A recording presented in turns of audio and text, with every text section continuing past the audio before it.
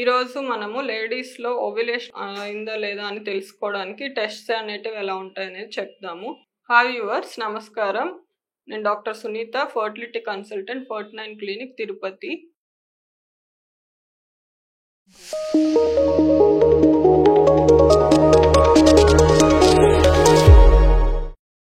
జనరల్గా ఏంటంటే ఓవ్యులేషన్ టైంలో నార్మల్ కంటే బాడీ టెంపరేచర్ అనేది పెరుగుతుంది, ప్లస్ సర్వైకల్ వైట్ డిశ్చార్జ్లో చేంజెస్ అనేవి వస్తాయి. నెక్స్ట్ ఏంటంటే స్కాన్ అనేది కొంచెం ఈజీగా కన్ఫర్మేటరీగా గ్రో అవ్వడము, రప్చర్ అవ్వడం అనేది సీరియల్ స్కాన్స్లో చూడొచ్చు. ఇది ఫాలిక్యులర్ స్కాన్ అంటారు. ఇంకొకటి ఏంటంటే ఎల్హెచ్ కిట్, అంటే యూరిన్ ప్రెగ్నెన్సీ కిట్ లాగా ఎల్హెచ్ కిట్స్ అనేటివి వస్తాయి.